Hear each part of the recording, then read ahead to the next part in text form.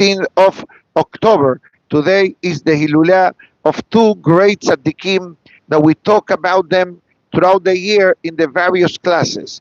Number one, the Hatam Sofer, Rabbi Moshe Sofer, alav shalom. And number two, which it shouldn't be number two, also number one, because both Hachamim were great in their time, in their community, in their generations, the great Kedushat Levi. Kedushat Levi was the name of the Sefer written by the great Rabbi Levi Ishak of Bardichov. He was, me too, Chazako Baruch Tehiyeh. He was the one also nicknamed as Sanegoran Shel Israel, the advocate of the Jewish people. Whenever he saw something, he will always look at the positive, which is not easy and it's not automatic. You know, people live life, people go through the motions of life, something happens, and we have different type of reactions. Sometimes our reaction is, let's say, a glass breaks, right? What happened? What is the first thing that we say? Kapara, Hazako Baruch. Okay, but sometimes other things happen, and instead of saying kapara, when you say kapara, what are you trying to insinuate? That if Haz v'Shalom, something worse could have happened, let the cup be the trade-in for that tikkun. That is the reason why we say kapara when a glass break, etc. But not everything is connected to a glass breaking. Sometimes different things in life. Sometimes, you know, a business doesn't go through, or you're about to smell the money, you have the deal, you have the contact, you have the contract, and the fellow wakes up one day and he says, you know what, I changed my mind, thank you very much. Thank you very much. Now, there are different ways how a person can react, and I deal with these type of situations more often than you think. And I always try to activate what the great Kedushat Levi says, that it says, a Yehudi, if we look and we activate the fundamental concept of written by not only Kedushat Levi, the Shalah HaKadosh, the Pelei Yoez, and many great Tsadikim that we are all familiar with because we talk about them. One of the things that we say, most of the things that I say are not from me. I'm just a tape recorder. I say what other Hachamim say, and I add my seasoning a bit. You know, each chef has his own shtick, how to season the meat. So I have the main, and then I add based on life experience, based on questions, based on particular scenarios. The bottom line, the more we activate the thought that HaKadosh Baruch Hu basically holds our hands, is like a father educating a child. A child wants something, the father says no. That doesn't mean, God forbid, that the father is not a good person. That means that the father loves the child so much and wants the best for him or for her, and sometimes he must say no. Why? Because it's not age appropriate. Imagine a bar mitzvah boy or a bar mitzvah girl says to her father or to his father, I want you to give me a car for my bar mitzvah. In my time, a car was a matchbox car. Remember those cars, the matchbox collection? Today, it became more sophisticated, remote control. But a father says, I understand, but not now. Why not? Because a car is a weapon. It's a physical weapon, and it's a spiritual weapon as well. So we need to be careful. Sometimes the no of a parent means I love you so much that I have to say no. But that no is not forever. That no can become eventually yes. When you become older, as you grow through life, as you mature through life, as you go through the legal channels, get a permit, right? Get a license, and you grow, you mature, you show maturity. The insurance policy doesn't agree with what I just said, because if you get a car at a certain age, the insurance goes through the roof. Why? Because teens, right, and young adults post high school are a bit aggressive type of a driver, and the claim level is unbelievable. So Hamavdil, with all these, HaKadosh Baruch Hu functions in the same. And I said this to somebody, and he told me the other day, Rabbi, since you told me this, my life became better. I said, what did I tell you? Remind me, because I talked to a lot of people. I said to him maybe a month and a half ago, I say that sometimes when Akadosh Baruch Hu says no, in our eyes, right? In our eyes, or when something doesn't happen, beracha, blessings, doesn't always need to be a proactive scenario. In other words, sometimes Hashem sends the blessing. Guess what? You don't have to take your car to the mechanic. And you don't have to spend extra money. You don't have to call the plumber to fix a situation. You were able to fix it. I saved you $500. Understand the example? So sometimes could be the positive, sometimes could be the opposite. Now, since it's the day of the Tsadikim, so I'd like to quote, with your permission, two statements from the great Tsadikim, hopefully connected to the parasha of the week. As we mentioned from the, I believe it was maybe the Shalah HaKadosh, maybe, that it says that when Tsadikim are quoted and learn from the writings, the Tsadikim suddenly become attached to ourselves. And everybody listening in the class, and hopefully later on, as well as the live feed, it gets like a certain melitz yosher, a certain advocate in Shamayim. So today, we're going to discuss first the Hatam Sofer. The Hatam Sofer writes in the parasha concerning the pasuk that Hashem says to Adam Arishon, Bezeat apecha tochal lachem. Bezeat apecha tochal lachem means with the sweat of your forehead you will eat bread. What does this mean? Pashut. It means working for parnasa. Working. And everybody works very hard. Doesn't matter what you do. If you're in the world of business, if you're a doctor, if you're a rabbi, if you're a teacher, if you're a mechanic, a person needs to go and needs to continuously finding sources of income and doing things and delivering a good product and making the effort with the customer and being always in a good way, etc. And all those things are what makes Baruch Hashem the blessing of Parnasa. So says the Hatam Sofer that there is a fascinating concept in our Torah. You know, we always look at the day of the week, Tuesday. The day of the week, Tuesday. Why do we look at Tuesday as a very special day? If we look at the parasha, I have the Chumash. Tuesday is the day of the week right here. Big miracle. The Zachut of the Hatam Sofer, not me. I didn't know that they have 15 pages of introduction to the Chumash. So it says in the third day, right here, the Pasuk writes twice, Kitov, Vayar Elokim Kitov, and at the end, Vayar Elokim Kitov. So we say a derasha, known derasha, that says Pa'amayim Kitov.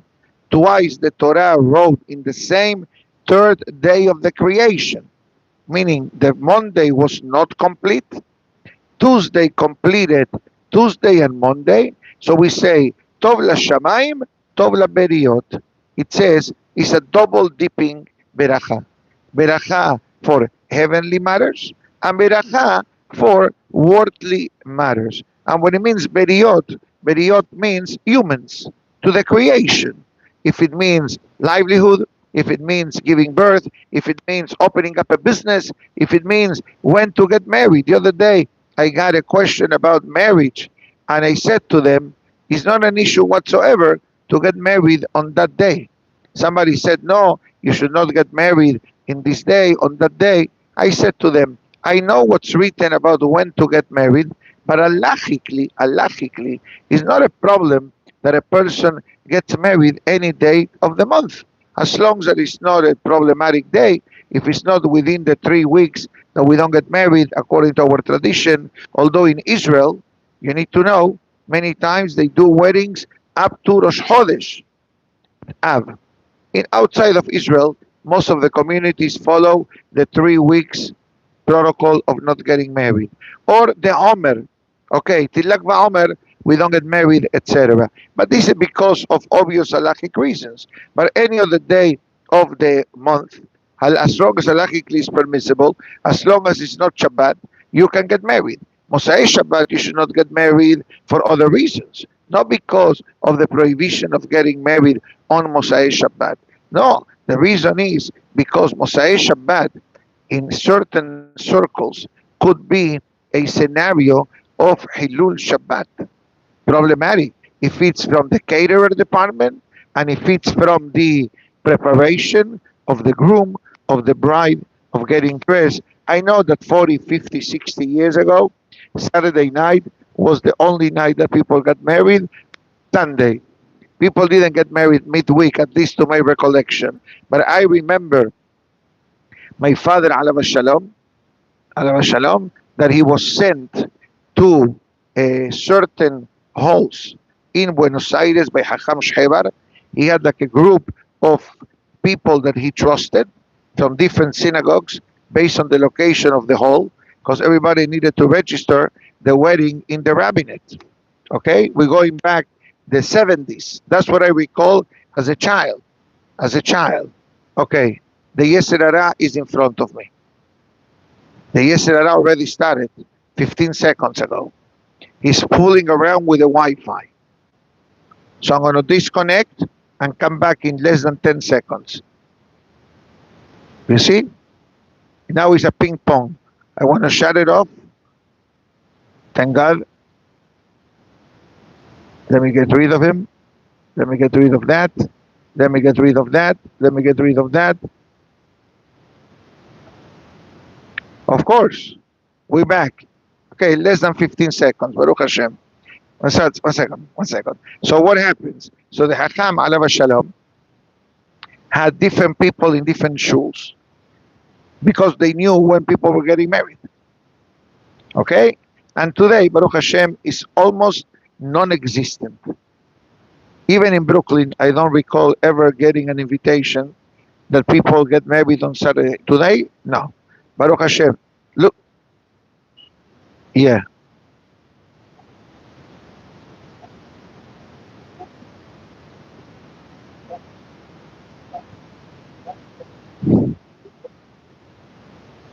Right.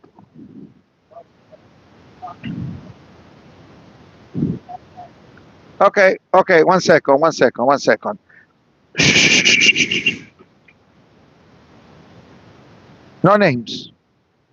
Doesn't matter. I'm going to tell you the facts.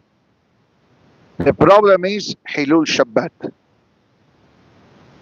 The problem is, God forbid, that, let's say, if you do a wedding at 8:30 and Shabbat finishes at 6 in the winter, or you do a wedding at 10 o'clock in the summer and Shabbat finishes 8:30, never before.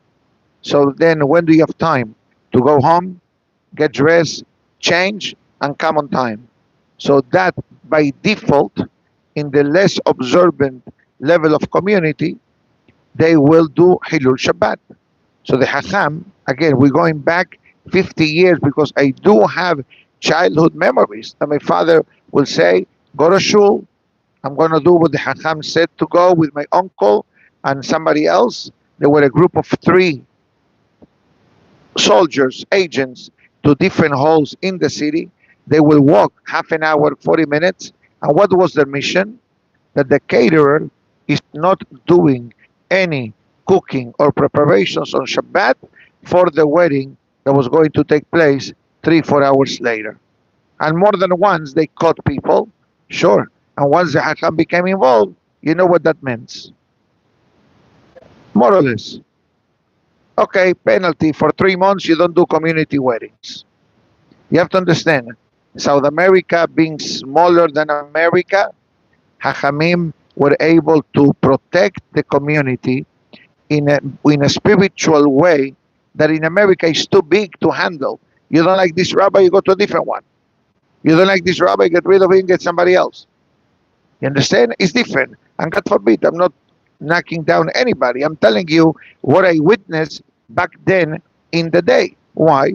Because if doing something is like somebody complained to me the other day. Somebody complained to me the other day. What was the complaint? That the groom and the bride want to do a wedding with mechitza, with separation. Okay, nice. And she came to me to convince her daughter and son-in-law, or no, the son or daughter, whatever, the couple, not to do it. I said, okay, come, we'll talk about it. And then I explained to her, you know what's the difference with a wedding with separation or without separation? With separation, which I'm not saying that everybody is willing and ready. The reason why this is possible is because the groom said, listen, I want to do a kosher wedding, holy environment, and I want to do the right things. So then we ask the bride, and what if suddenly they remove the mechitza in the middle of the wedding and your future husband sits down, says, what are you going to do? The mother asks, are you going to dance? Or are you going to, with your friends, or are you going to sit down? She says, how can I dance with my friends if my husband is sitting down? Good answer. So I explained to them that when, God forbid, a wedding is done without separation, and I'm sorry to speak about it openly, but this is the reality of our Torah, many sins are being transgressed every second of it. Every second. First of all, no shomer negiah. You're touching ladies, or ladies are touching men, nida, tum'ah. Usually they don't put Hasidic music or Yaakov Shreki when they have this type of wedding. They play all kinds of problematic type of music, and the dress code, and the drinking. So you have the worst enemies of the Jewish people: alcohol, immorality, impurity, and company. I know that this may sound to some very strong what I just said, but this is the beginning of a year. This is the beginning of Sefer Bereshit. If we go through the year and we go through the holidays and we remain the same, what did we achieve? Obviously, every family has its own dynamics. Maybe it's easier said from me sitting on this side of the recording and being surrounded by Torah, by Sefarim, etc. But at the end of the day, I said to them, there is a blessing that we say when somebody gets married. It's in the Zimun. We say, She'asimcha bim'ono. She'asimcha bim'ono means what? That the happiness is in his midst, in Hashem's presence. Guess what? Hashem's presence can only be present, so to speak, only when there is modesty. The Shekhinah dwells only when there is modesty. Now, where do we learn such a thing? They challenged me. I said, that's your question. I'll answer you. Is a pasuk in the Torah. And they tell me, I never saw it. I said, maybe you skipped school that day. Right? Maybe you skipped school that day. He said, where is it written in the Torah? I said, it's a pasuk in, I believe, Perasha Shofetim.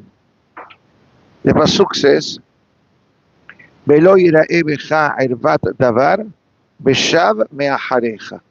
It says, the nakedness of the matter will not be seen, so he doesn't take a step back.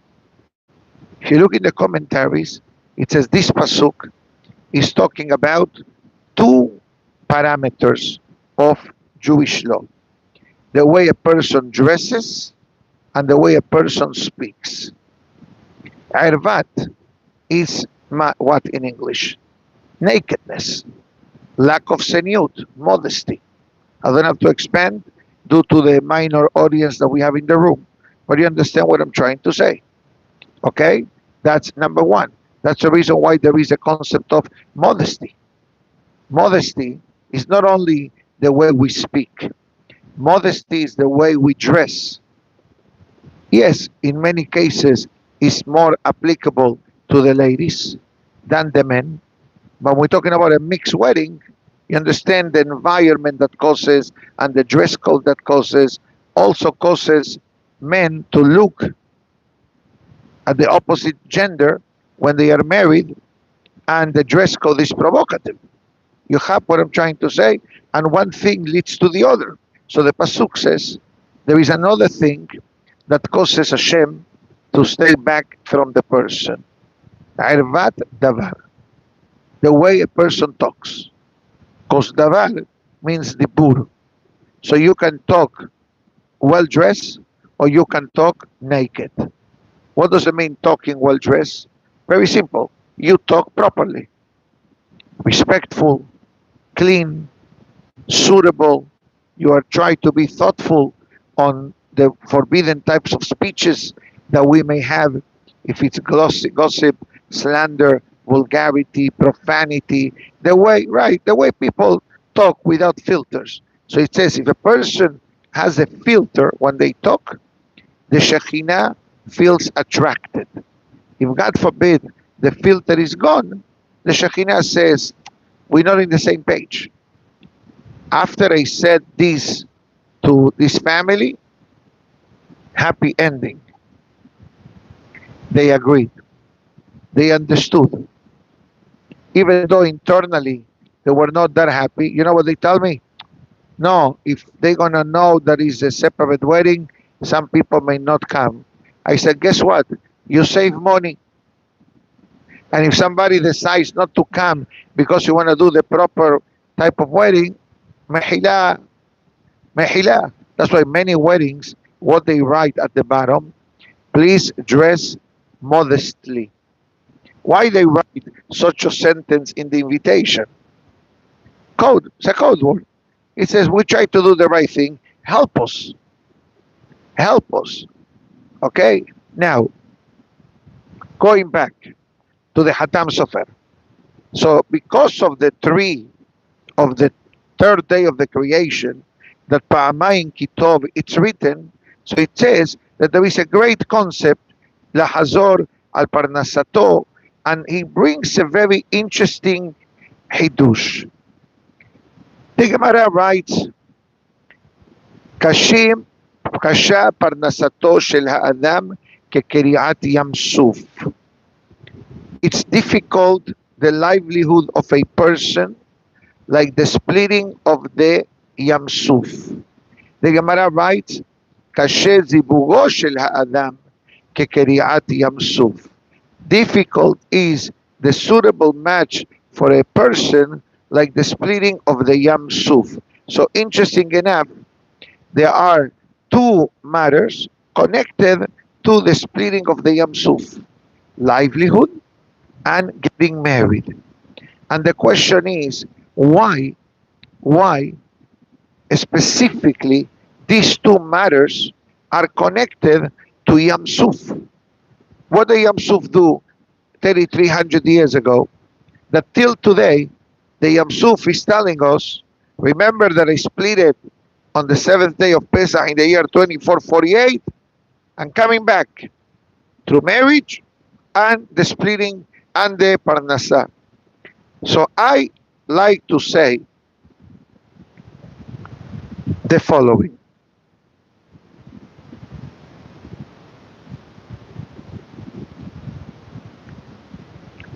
First, we need to understand what happened on the third day of the creation. What happened? The splitting of the waters. The heavenly waters from Shamaim, that's why it's called Shamaim, Shamaim, Shamaim, there is water. The waters were split. A certain group of water was sent to the bottom, to the earth, and a certain group of water remained standing. From that water became the oceans, the rivers, But one more thing, the earth was split. In what sense? That a portion of the globe has water and a portion of the world is earth. Because if that separation will have not existed, the world cannot exist. Humans cannot live. What are we going to? Are we not fish? We are humans. A fish doesn't need that split. The fish is okay. But we as humans, we need to have the separation between water and earth. So because of that separation, it says that when the world was created, there was an agreement made. An agreement with whom? With the Yam Suf. An agreement was made with the Yam Suf. When the Yam Suf was sent down, the waters says, okay, you're going to have a location. Your GPS location is called Yam Suf, between Egypt and Israel. Okay? The Red Sea, they call it in English, right? Nice. The Red Sea. What's the deal? One day will come that you will have to split for the Jewish people. When they're going to be exiting Egypt, we'll let you know. We send a messenger and you're going to open up. Okay. 2448 years later, the Pasuk says, Moshe Rabbeinu went out. Let me use the marker so you understand.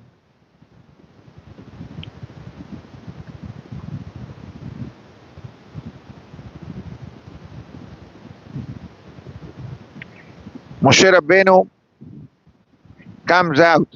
Shevi'i shel Pesach. Hashem says, Arem et matecha, leave the mate. Vaybake'u hamayim. And the waters will split. The water says to Moshe, all spiritually, obviously, I'm not splitting. I'm not splitting. Why not? No. Halalu abdi abodah zara. Halalu abdi abodah zara. Why should I split? So the Jewish people get saved and the Egyptians will drown? They're both guilty of idolatry.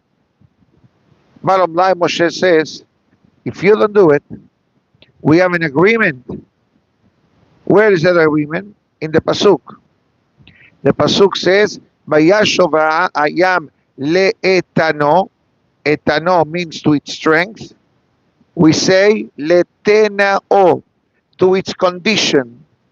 Same letters. Says there is an agreement that you signed 2448 years ago. There will come a time that you will open up for the Jewish people. If you don't do it, we go back to Tohu Babohu. And the waters open up unconditionally. But then still this doesn't answer the statement of the Hatam Sofer. If that's the case, why do you need to bring me an example of livelihood connected to the split of the Red Sea? Short answer. What type of miracle is the splitting of the Red Sea? I'll tell you the short, easy answer. The water went against its own nature. Water is usually horizontal. Water gravitates towards the bottom. And now suddenly the water needed to become vertical. Water is horizontal. Now we needed to come vertical. The water of the Red Sea is salty. Now it needed to become sweet and drinkable. The water of the ocean is usually dark because of dirt, because of debris, because of whatever you want to call it. Suddenly needed to become transparent. I can bring you more examples, but I think that these three basic examples gives us to understand. Marriage is not different. You need to become sweet when you get married. You need to become flexible when you are married. You need to be willing to change. I see everybody smiling. Are we on the same boat? Like me? No. They're nicer people than me. But I'm different. I change. I'll tell you that I change. I'm not bragging. Because if you would have known me 30 some years ago, I wasn't as nice as I am now. Shema Israel, Hashem Elokeinu, Hashem Echad. Okay, but that's what the Hatam Sofer says. What is marriage? Marriage is refining ourselves. Business. Why you should buy from me? There are 20 people, let's say, or 300 people in 47th Street. Let's bring an easy example, right? Siebel Building in Miami for the Miami audience, 47th Street in Manhattan for the New York audience, right? How many thousands of jewelers are in that vicinity? I don't know. I don't know when was last time I was there. But my recollection is that if you want to buy something, you go that area, correct? Still there? Okay, you go. But we have 20 buildings, 300, 400 retail stores, probably more. And this is all what I recall from many years back. So how do you decide from which one to buy? There are thousands of pedestrians on the street. We're not talking about that you're a wholesaler and you have an account in this store or that store, or you're a dealer, the way they call them, I believe. You are a retail customer. And you decide to go into this section and you decide to buy from that salesperson. Why? You have a guy across the street that has a nicer showcase. We don't know. HaKadosh Baruch Hu is planting a GPS on the brain of the person. The way it says in the Birkat Hamazon, Hazan et ha'olam kulo betubo, behen, behesed, verahamim. There are three levels of making money. Hen, hesed, rahamim. Hen, you don't know why you are into that store. I like you. You're a nice fellow, I'm buying from you. Easy. Customer comes to buy from you. It's easier that you have to look for the customer. That's called Rahamim Rabim. And you got to go out of the store, start looking for the customer, making deals, discounting rates. You know, that's Yani. At the end of the day, Hashem says, okay, you know what? Go out, make a few phone calls, and I will. And again, this customer could have bought from him instead of from you. Or he could have bought from him instead of from you. But HaKadosh Baruch Hu alters certain things in the mind of the person, like Kiriyat Yam Suf. That's what the Hatam Sofer writes on this particular parasha concerning the topic of livelihood. Now,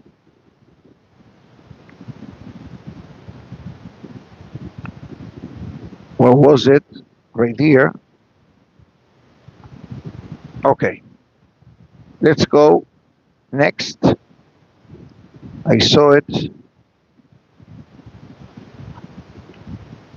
Let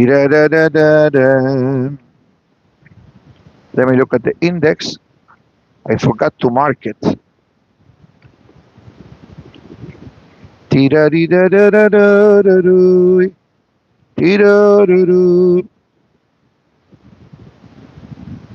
Okay.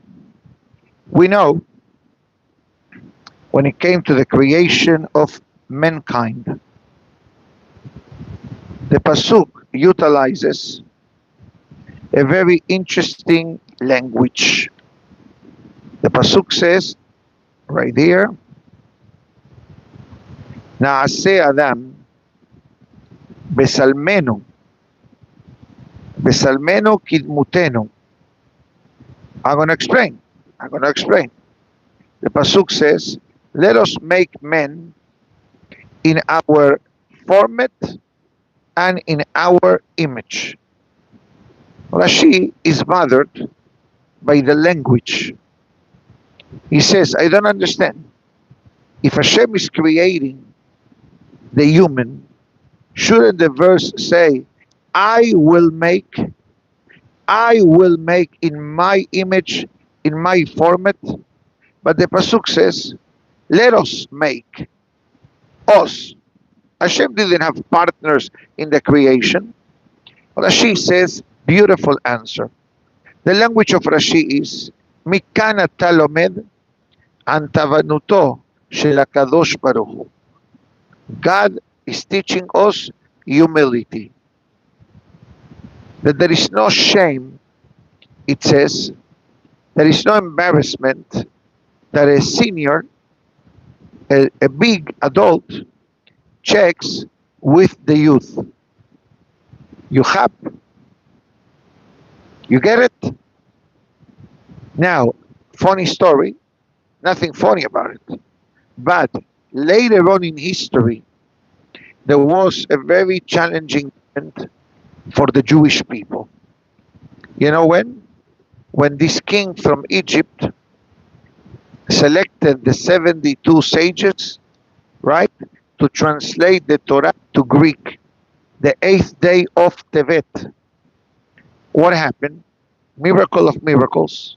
They were in 72 separate chambers, and each one made 10 changes to the Pesukim of the Torah to avoid misunderstanding by Goim.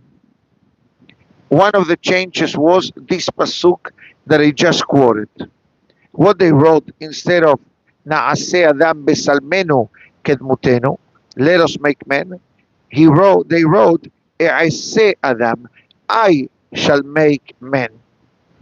The first change they made was Bereshit bara Elokim et hashamayim ve'et haaretz. In the beginning, God created the heavens and the earth. They switched that pasuk.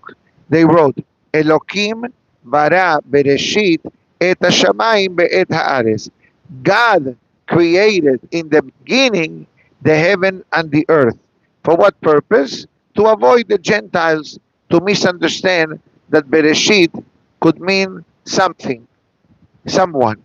The Zohar HaKadosh says that Bereshit means someone. Bereshit, the Zohar HaKadosh says, Bet Reshit, Bishvil Torah, Bishvil Israel. The world was created for two ultimate purposes. Number one, the Torah. We need to understand one thing. Without the physical world, the Torah cannot be activated. The Pasuk already says, Lo b'shamayim hi. The Torah in Shamayim, what purpose will have had? You cannot put into practice anything. You cannot put into practice Berit Milah, eating kasher, wearing tefillin, not wearing shadnes, building a home, eating separation meat and dairy. Many of the mitzvot of the Torah will have not even have a reason to exist because they are not physically able to be performed. So the Torah purpose of existing is the physical world.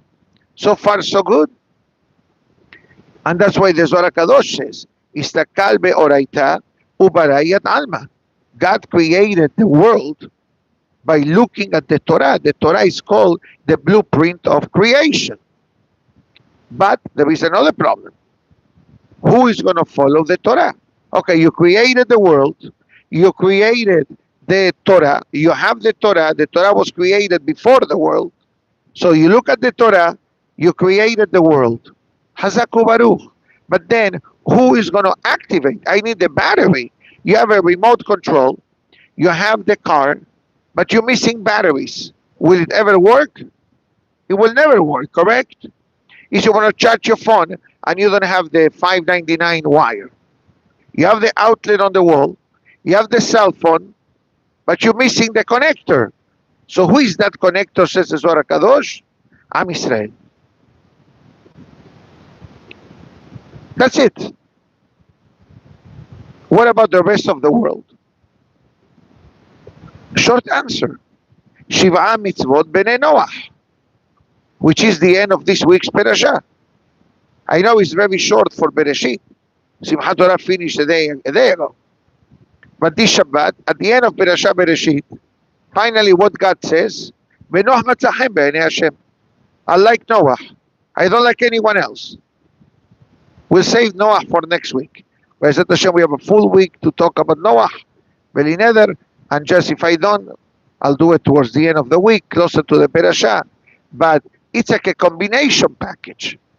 HaKadosh Baruch Hu, Torah, and Am Yisrael, kulahad. They supplement each other. Now, what happens with the rest of humanity? Short answer.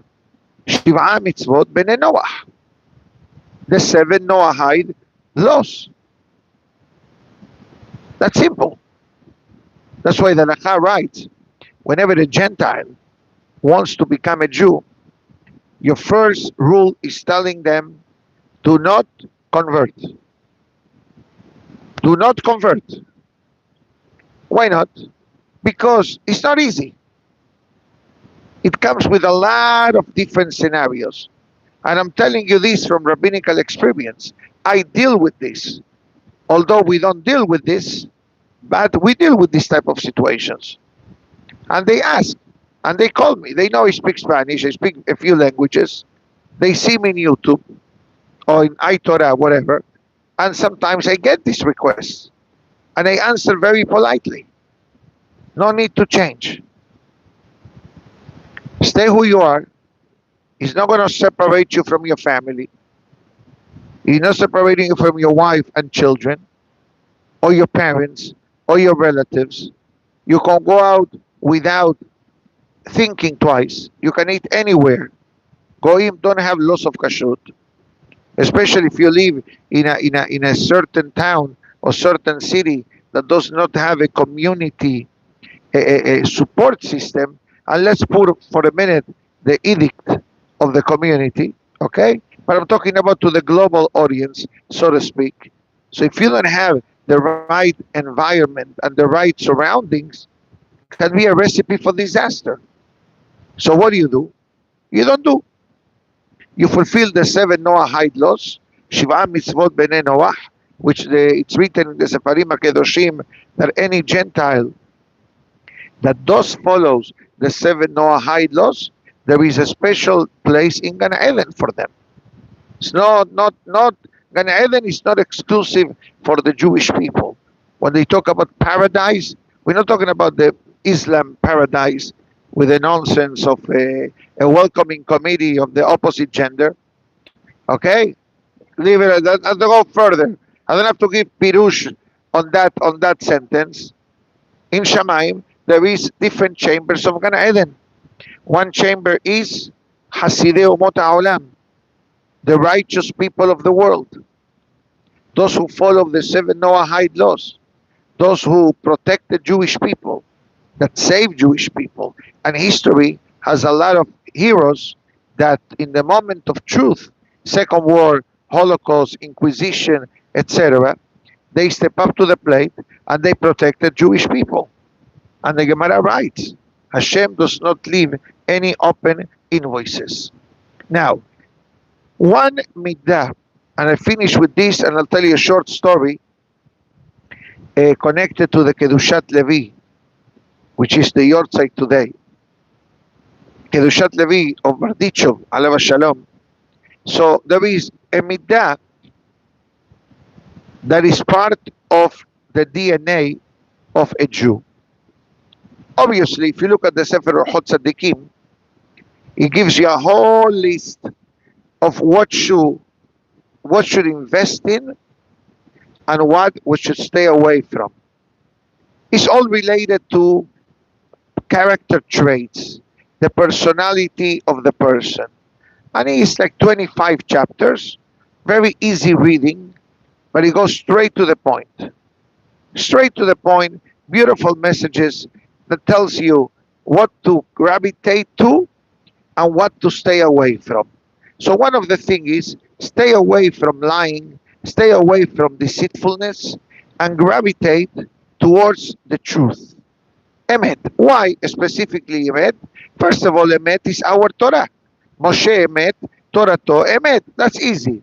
But the Gemara writes, Hotamo shel HaKadosh Baruch Hu Emet. It says, God, rubber stamp says, Emet. In the Shema. What do we say?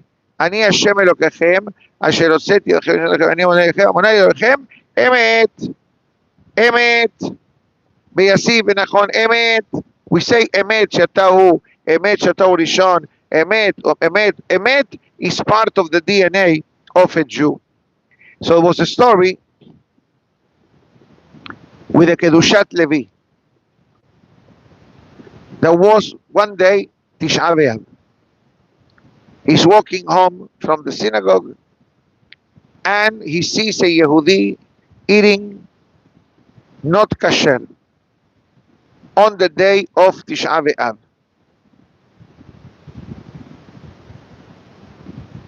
Okay, you see, that's why you know the Kedushat Levi.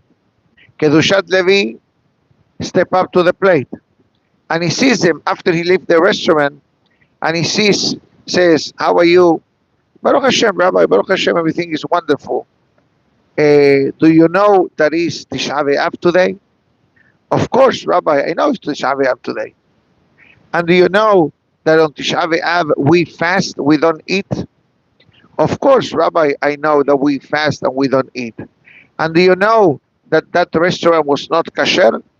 Of course, I know that it's not kasher. And you know that you're not allowed to eat in a non-kosher restaurant? Of course, Rabbi, I know that it's not kasher, it's not proper. So some wise guy would have said, what's the problem? I had rabbinical supervision. You were watching from behind the glass. Okay, but that's not the end of the story. I know it's funny. But the true story, by the way, there is another story that the fellow says to the rabbi, Rabbi, why are you asking me so many questions? You were watching me from behind the glass. It was under rabbinical supervision. You were watching me. But me too, after. But in a more serious note, you know what the Kedushat Levi says?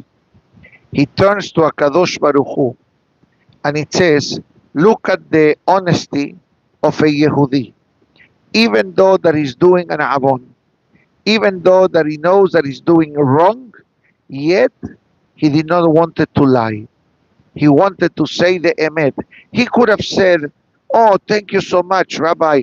I didn't know that today was Tisha B'Av. He could have made an excuse. Oh, I forgot. Thank you for the reminder. I was, whatever. Because he could have given halachic words to protect himself. So says the Kedushat Levi that a Yehudi, even in the moment of spiritual decline, the essence of the spark of a Yehudi is never missing. They tell a story that Erev Pesach, right? We have Pesach, you can eat Hametz by this time. You have to dispose of the Hametz by this time. 1 o'clock in the afternoon. He goes to different people in the home. Yes, who is this? The rabbi. Rabbi, hey, how are you? What can I do for you? Do you have a loaf of bread? No, I don't have bread. I already burned my Hametz. He goes to a different house. He says, do you have a flour? Hametz flour? Nobody understood why the rabbi, after the Zeman of Hametz expired, is asking for Hametz. Then he goes to a Gentile. And back then, there was a prohibition of importing alcohol from different countries. You were only able to buy Ukrainian alcohol. So he goes to a goy and he says, I'd like to have 2 bottles of Polish whiskey. He says, you know that there is a law, but I can try to get it for you for 250 rubles. It will take me 2-3 days to get it. Okay, let me think about it. He goes to another Gentiles from the neighborhood, and it says, I love to drink Holland beer, but nobody sells it around. Don't worry, Rabbi. For 100 rubles per bottle, give me a few days. I'll get you Polish beer, Holland beer, American, whatever. So the rabbi turns to Akadosh Baruch Hu and says, Akadosh Baruch Hu, look at the Jewish people. Nobody's watching. Nobody put a law on them. The halakha says after a certain hour, you cannot have any hames. Everything was sold. I went to the Gentiles. There is a decree from the kingdom. There is a threat from the kingdom. There is a prohibition from the kingdom about the alcohol. And yet, if I pay them a few babkas, they don't care about anything. Look at the emet and the truthfulness of a Yehudi, and look how a Gentile, for a few dollars, will be willing to go even against their own kingdom. And that's what the Kedushat Levi says, that the essence, the spark of the neshama of a Yehudi, and the emet that a Yehudi activates in the life, it keeps the flame alive of Am Israel. Because again, nobody's in our home threatening us, if you don't light the candle at this time, ta ta ta ta ta. No, we have a chart, it says candle lighting time, this time. Shaharit time, this time. Shema time, this time. That's what we need to have. We are soldiers in the army of HaKadosh Baruch Hu. Oh, that sometimes could be challenging?